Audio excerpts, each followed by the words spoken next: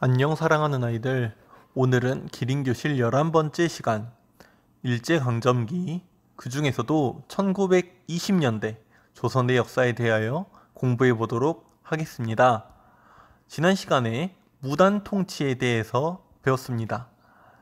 어떤 정책들이 있었는지 기억나나요?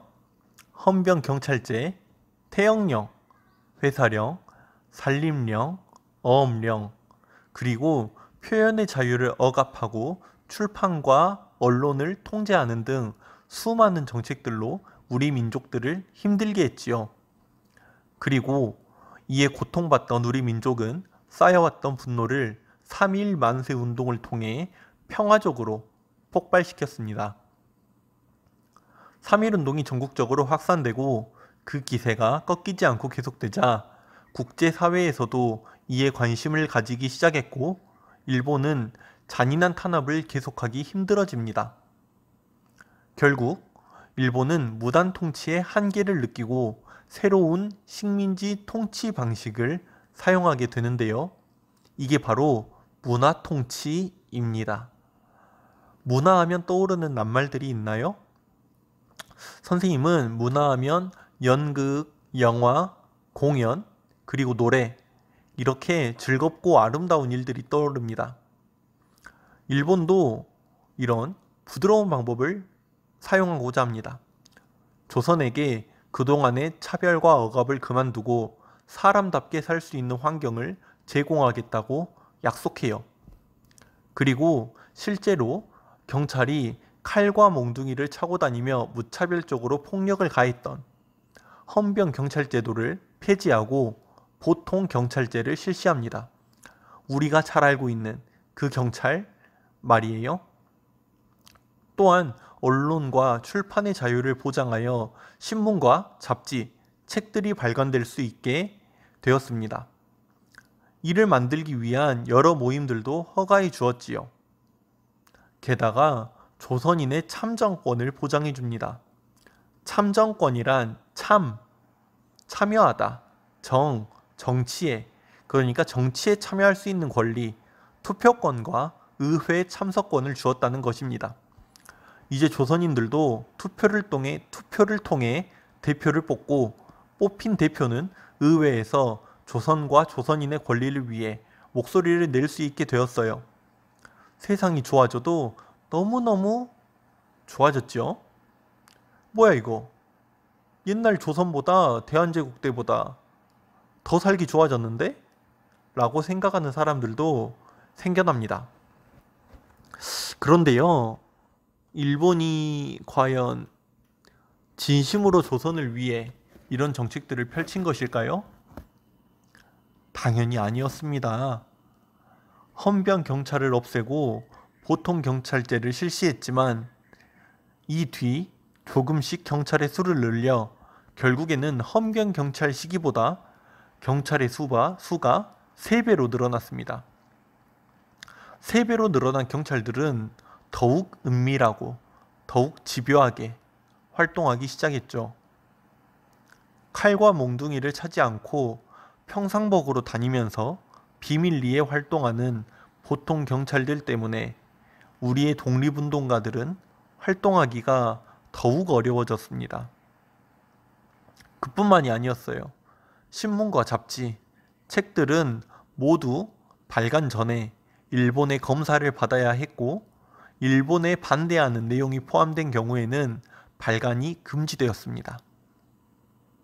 일본의 검사를 피해 몰래 신문이나 잡지 등을 발간할 경우 심한 고문과 벌을 받아야 했어요. 마지막으로 참정권은 아무에게나 주는 게 아니라 일정 액수 이상 세금을 내는 부자들이나 친일 성향의 인물들, 그 중에서도 남성들에게만 주어졌습니다. 대부분의 당선자들은 친일파들일 수밖에 없었고, 당선된 조선인들은 일본에게 많은 보상을 받고 오히려 백성들을 친일하도록 설득했습니다. 결국 수많은 조선인들이 변절하여 친일의 길을 걷게 되었습니다.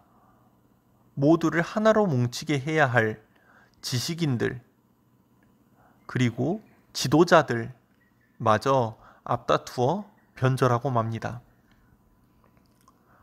3.1운동을 주도했던 민족 대표 최리는 일본을 찬양하고 친일을 강요하는 내용을 담은 신문인 매일신보의 사장이 되었고, 독립신문을 발행하고 독립선언서를 작성했던 유명 작가인 이광수는 민족개조론이라는 책을 발표하는데요.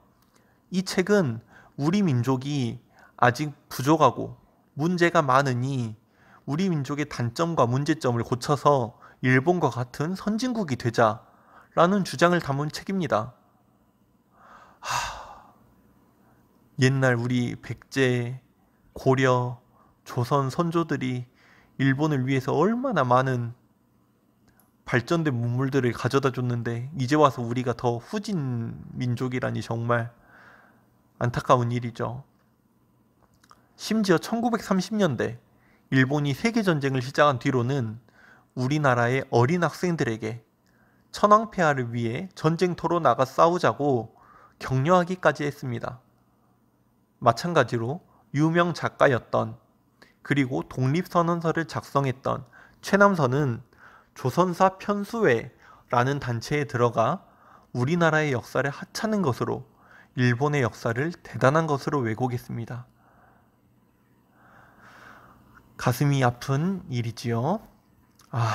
1924년 11월 13일 조선일보에 이런 글이 실렸다고 해요. 이 말이 문화통치를 아주 잘 설명하고 있다고 생각됩니다. 암소를 죽여서 고기를 먹느니 살려두고 계속 젖을 짜는 것이 오히려 이익이다. 수많은 독립운동가들이 일본의 무자비한 탄압에 죽어나가더니 이번에는 일본의 교활한 사탕발림에 넘어가 친일파가 되어 나라를 일본의 통째로 넘겨주려고 하고 있습니다. 우리의 독립은 아직도 멀었을까요? 오늘의 문제입니다.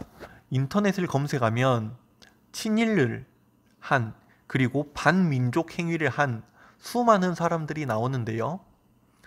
오늘 동영상에서 다루지 않은 친일파 인물을 찾아 한 명만 더 써봅시다. 그리고 친일파들이 왜 나쁜지, 또는 친일파들이 그런 행동을 할 수밖에 없었을지, 친일파들에 대한 자신의 생각도 함께 써봅시다. 이제 1학기도 거의 끝나가고 기린교실의 역사 수업도 거의 끝나갑니다. 조금만 더 힘내서 열심히 공부해 봅시다. 사랑하는 아이들, 내일 만나요. 안녕.